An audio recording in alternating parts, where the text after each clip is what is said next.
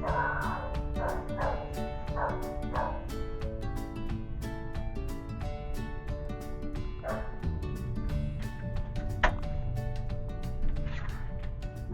morning. Good morning. Do I have permission to video? Yes. Okay. He won't bite. He loves. I'm going to ask. Hi. Good morning. I'm going to ask both of you to. I'm ignoring him. I'm going to close the door and wait about 30 seconds. I'm going to ring the doorbell again. When he starts to bark, I want both of you to leave the door closed. Stand in between him and the door.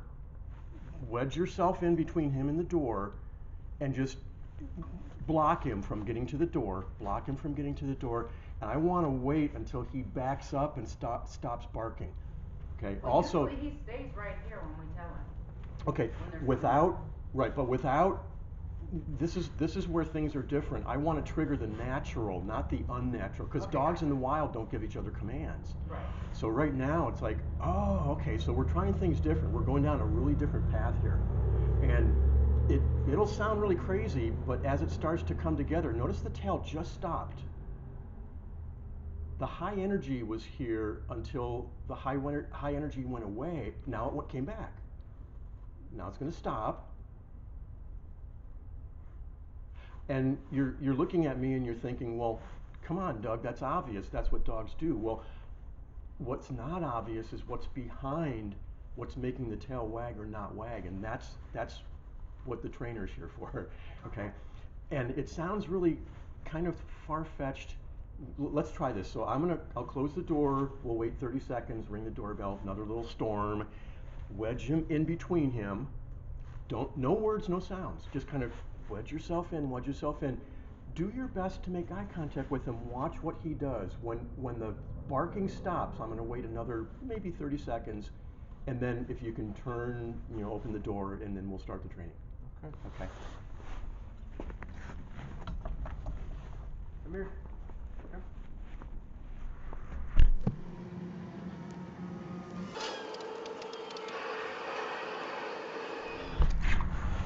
There we go. Stay standing right next to Steve. Block him. Don't let him past you. Stay right there. Ready to block him. Nice. Block him. Take a deep breath and exhale. I want him to hear the sound of the exhale. Real breathy kind of sound. Keep holding his eye contact. Ready to block him. Ready to block him. Ready to block him. Did he just sit down? Mm-hmm. Okay, now notice the sitting down is a lowering of energy. Stay right there. The laying down is a lowering of energy, but the tail wag is high energy. We've been told a wagging tail is a happy dog. Watch the muzzle go down. Remember I said on the phone lots and lots and lots of patience? Mm-hmm. You are doing it right now. Okay. Notice he's looking over his right shoulder. No, he's looking at me. He's trying to take he can't see stay right there. He can't see my eyes. I can't see his eyes, so he can't see mine. Mm-hmm. If he can't see my eyes, I'm ignoring him. I'm not on his radar. A wild animal in the wild, if he can't see another animal's eyes, he doesn't need to worry about them, because he's got to worry about the animals who he can see the eyes of, which is, guess who? Both of you. What you're telling him behaviorally is a brand new way of communicating. You're saying to him, we're claiming this door. No words, no sounds, because guess what? They communicate non-verbally. And he gets it. You know how he proved it? Because he sat down, because he laid down, because his energy level went down instead of going up and being out of control and wild and crazy. Okay? Now, this is where we're in a gray area, because how long do we wait? Right. Now, over the phone, we talked about you can be patient times 5, but he still has his head up. Well, Doug, come on, we could wait forever here. How long do we wait? Well, this is the gray area where you two decide in your private time, well, let's wait this long. And maybe we wait till his muzzle goes down, or maybe we'll wait till he does any one of a number of a dozen different other progress to submissions that eventually lead to falling asleep, and we'll get to that later. That's another turning point. So we're take a small step backwards. That helps him make the eye contact with you. Notice his muzzle's still up. Watch his eyes. If you start making really good eye contact with him, watch his looking to his right, not to yours, to his right. There's a pattern, LRMS, left, right, middle, submit, that we'll get to later. Right now, he just went backwards a small step, and I'll point out in the paperwork later as we're talking about it. So right now I'm pointing out, looking back at you, hold the eye contact. Take a deep breath and exhale. Nice, let him hear the exhale. The sound of the exhale is programmed into the dog because that only comes from relaxed individuals, from relaxed animals. So it's another communication that's telling him, wow, they're claiming that front door from me, looking back to his right. And notice I'm kind of jumping around in my explanations, like the meme is squirrel.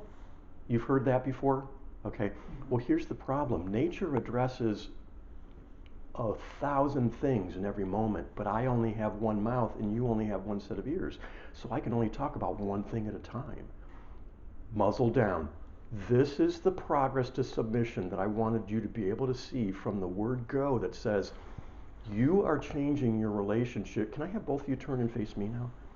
Because you're ignoring him, because he can't see your eyes and he can't see my eyes, because I'm using you as a screen to block him from seeing me, he's now getting a third piece of information that says, you're ignoring me, he's ignoring me. He's being told by our behavior, not that you're not important, not that you're not valuable, but you're not as important as you and me, because only a leader can ignore a follower. And guess what we're doing? We're being a leader and we're ignoring him. Not because we're mean, not because we're ogres, not because we're bad people, but because I'm educating both of you to a different and better way of how to interact with your dog that tells him in a language he understands, because it's nature and it's dog language.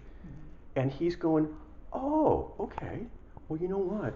When the dog's energy level does this, which he's already shown behaviorally he's doing, when he eventually falls asleep, when he's at the lowest level, energy level possible, these are the dogs that have no problems. These are the dogs that have all the problems. I see that when we walk. You know His tail's what? always up. You know what? Because that's what he's learned. And again, how old is he? He's 6. Almost gonna be only 7 in March. Okay. When you get to be a 7-year-old dog, you're starting to get into your golden years.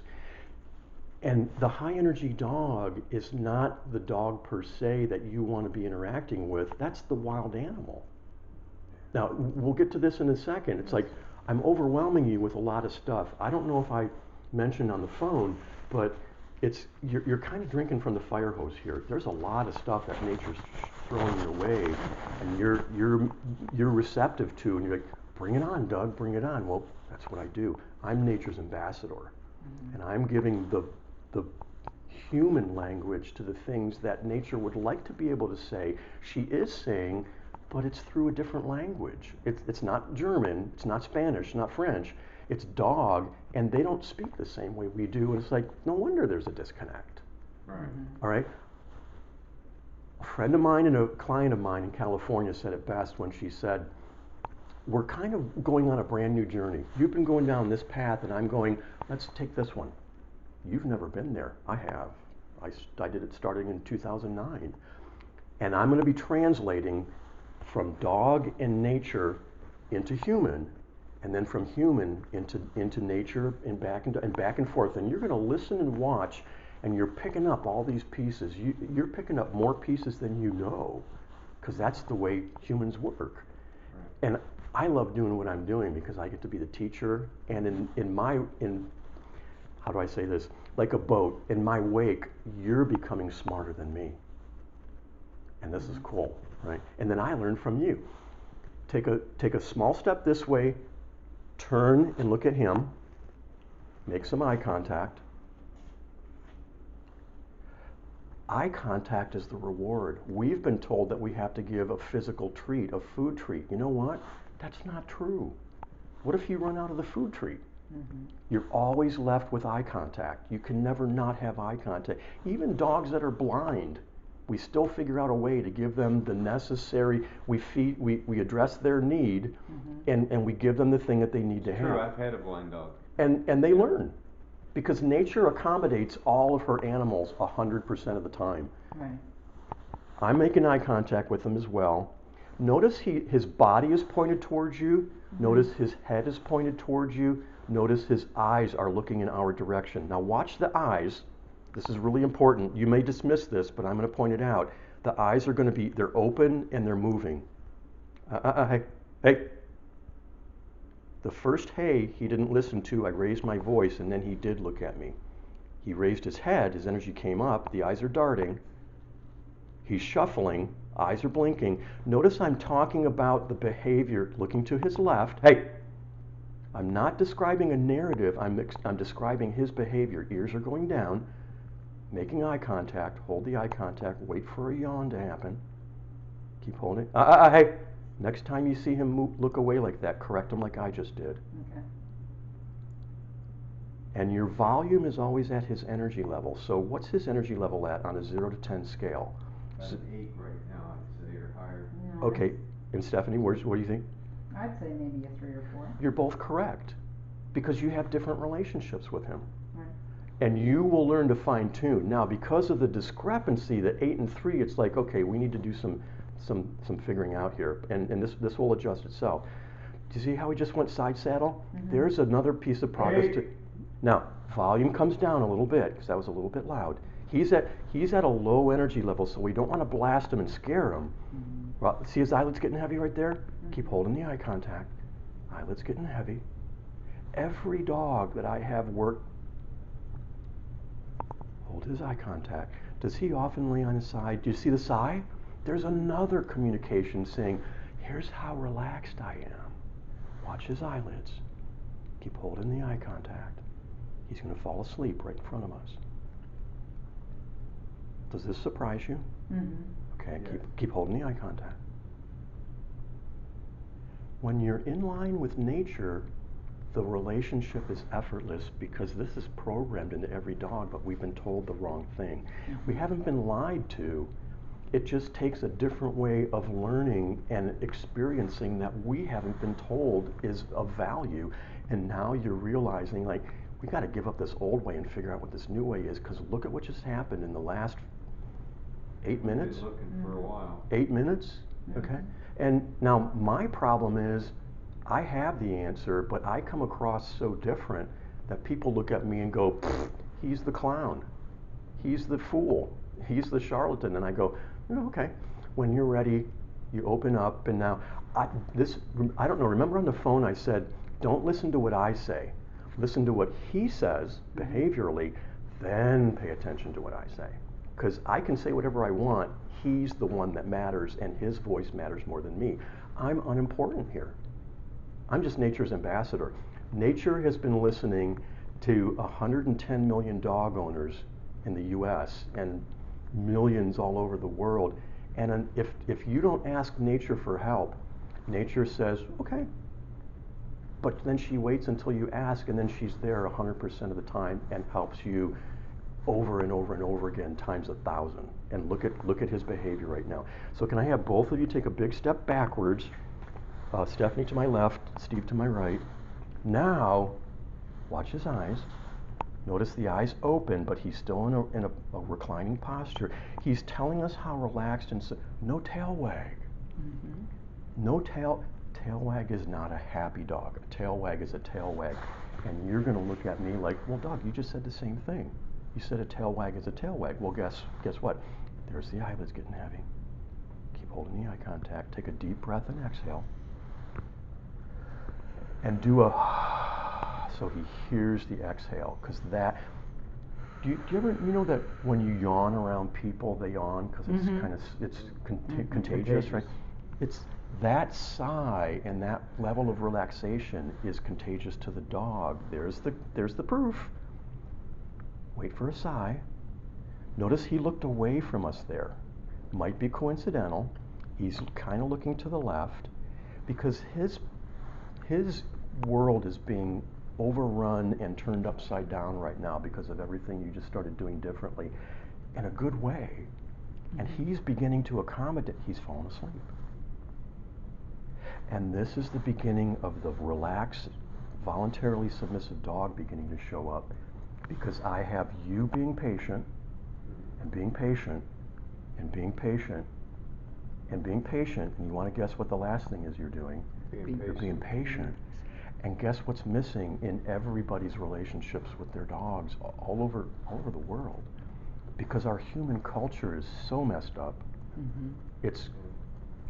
We can get into that argument later. We've simplified things beyond the level of simplicity. Even Einstein talked about that. Keep things simple, but not too simple. We crossed the line. The way he dressed was simple. Einstein. He wore the same outfit every day. Didn't have to think about it. Look at your dog's communication. He's not screaming, but he's kind of yelling in the suddenness of the change of his behavior, how quickly he got the brand new concept. Smart dog. And all dogs are that smart if we learn to be patient enough to let it come out. When you have a high level energy dog, the brain's not present and you're dealing with nature. And you're going to have problems because nature's kind of ugly. Hold the eye contact.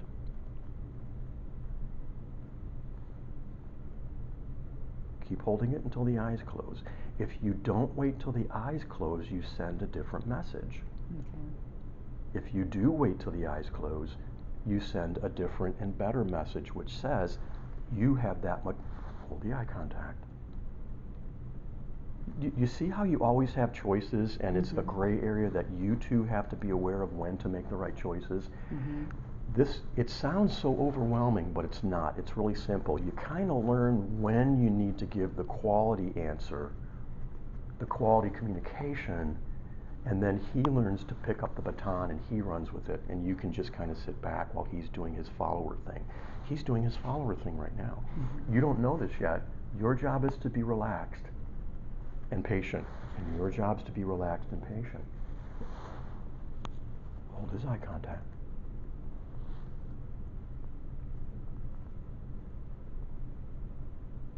Take a deep breath and exhale. Steve, if I can have you do a fake yawn, please. I want him to see a fake yawn. Look to his right. Oftentimes, brand new behaviors, straightening up his body, straightening up his head, looking straight at all of us. Oftentimes, brand new behaviors that we do, even though they're relaxing triggers to him, they're so foreign that they become a threat. Watch his eyes. Looking to his right.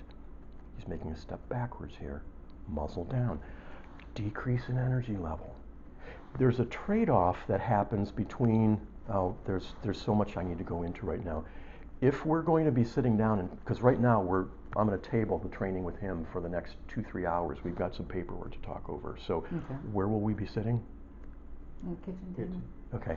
As we start to move into the kitchen, he's going to start moving. As we start moving and he starts his movement, I want all three of us to stop, hold eye contact with him, and we're going to re-engage round 2 of, if we leave, your job is to still remain relaxed and submissive. Because right now what he knows is movement means I go crazy. Does that make sense? So as we start to go into the kitchen, the instant we see him start to move, we're going to stop, we're going to look at him. I'm going to ask you to go, Would kitchen be better, or? Kitchen's fine. Leaders do whatever you want. Both of you decide together, and then you do whatever you want. Why? Because you're the leader. Because you're the leader. And he's the follower. Now, he hasn't acted that way for the last 6 or 7 years, but guess who's going to learn? And we do it out of love. We got our dogs to love them. Come on. We don't want to train 24/7. I don't want you to train 24/7. I want you to minimize the training Do it in a way that he picks up the baton and runs, and you go back to living your lives and enjoying your company with each other. It's like, have fun and enjoy your home and visit with people and do your shopping and go to the bank and all that other stuff. And even take them in the car sometimes, right? I do all the time. All these things are doable, and if you do them the right way, you get the lower energy dog, more like this. And the cool part about this is, and I'm jumping around because that's the squirrel thing. I only have, hey. I'll wait till the head goes back down, because I have more patience than his ability to not pay attention. People say I ooze patience. Watch the eyelids. Hey. Hey. That little air escaping sound is often really, really productive. It catches dogs' attention. Watch the high pitch or the sound. Mm-hmm. Yes. Like escaping air. Okay. If it works, use it. If it doesn't, don't use it. His brain's figuring it out. He just went side saddle. Look to his right. Eyelids are blinking. I'm not giving a narrative. I'm describing the behavior. Describe the behavior, describe the behavior, describe the behavior. Eyelids are blinking, looking to his right. It took him that long to figure out, oh, I'm supposed to be relaxed and submissive. We have to wait until he crosses his line, because if he doesn't cross the line, and he stays a high energy dog, and that's the problem dog. Mm-hmm. You see how interrelated everything is, and you have to, it's like, I'm feeding you from the fire hose right now, and it's a lot of stuff I've thrown. Mm-hmm. It's only been 25 minutes, and look at his improvement in his behavior. Now, mm-hmm. as we start walking to the kitchen, he's going to get up, he's going to start moving around. We're going to stop, we're going to turn towards him. You and I are going to go, Now, if he's already looking, there's no need to make any sounds. Hold his eye contact. He's getting it from all three of the leaders here. Wait for his... We can, if... Looking to his right. Notice now he went backwards and set his muzzle down to the right instead of muzzle straight.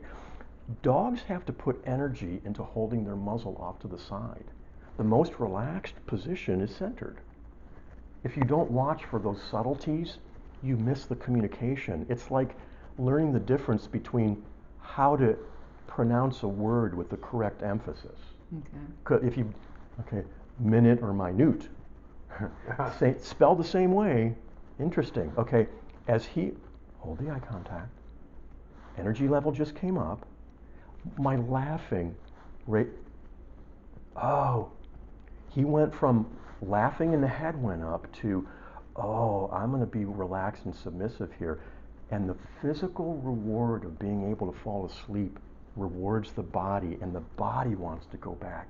It's like the body is now telling the brain, let's go back to that sleep zero level where we can go and do the spa stuff again. Why? Because we all know how relaxing the spa is. Mm-hmm. And he's now learning that you're both aware of that spa level, that you want him to go back here, because all of his problems go away because his energy goes away, and he's going, I get it, I like it, I can do that too. The most relaxed dogs spend a majority of their daytime hours. It's an oxymoron. His waking hours are spent sleeping. Mm-hmm. His waking hours, because that's what relaxed dogs do. And it reinforces the lower energy, where they continue to have fewer, if any, problems with leader and follower. And this programming that you see him playing out right now, mm-hmm. is already programmed into every dog. You just need to do the right triggers to get him to get triggered to do it. We're another oxymoron. We're triggering voluntary submission. Okay. But you have to be patient and patient, and you have to be patient. And if you're not, he's okay with whatever you ask him for, because he's got the brain capacity of a toddler. Laying down, stretching is the precursor to submission, to true submission, waiting on a sigh. All right, the sigh's not going to come. We're going to start walking into the kitchen. When he gets up, we're going to stop. You and I are going to go, we're going to try to make eye contact, get him to lay down again. Walk toward the kitchen. There we go, right there. Stay right there, Steve. Hold his eye contact. Now we missed the but that's okay. I can have you grab this. Hold on to that for just a moment.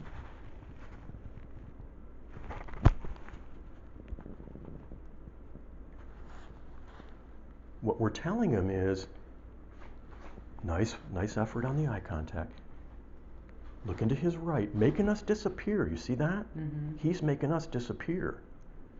If he makes us disappear, there's significant reprogramming going on for him. We don't know what. But it's like we're muzzle down. We start going back to the kitchen. Watch him to see if he moves. Right now, Steve. Nice. Square up to his chest. There we go, right there. Stephanie, come on back here. Stephanie, right? Mm-hmm. Okay, hold his eye contact. Because if we don't take the time to tell him what the correct behavior is, he goes into the wild behavior doing whatever he wants, and it's wild and out of control, and we're not happy with it, and we don't want that. So we want him to get to where we're excellent. He corrected himself. His brain turned on and said, I got to stop because they just gave me negative reinforcement. Looking to his left, you know it's big if he's looking to the left. Wait for him to look back at us.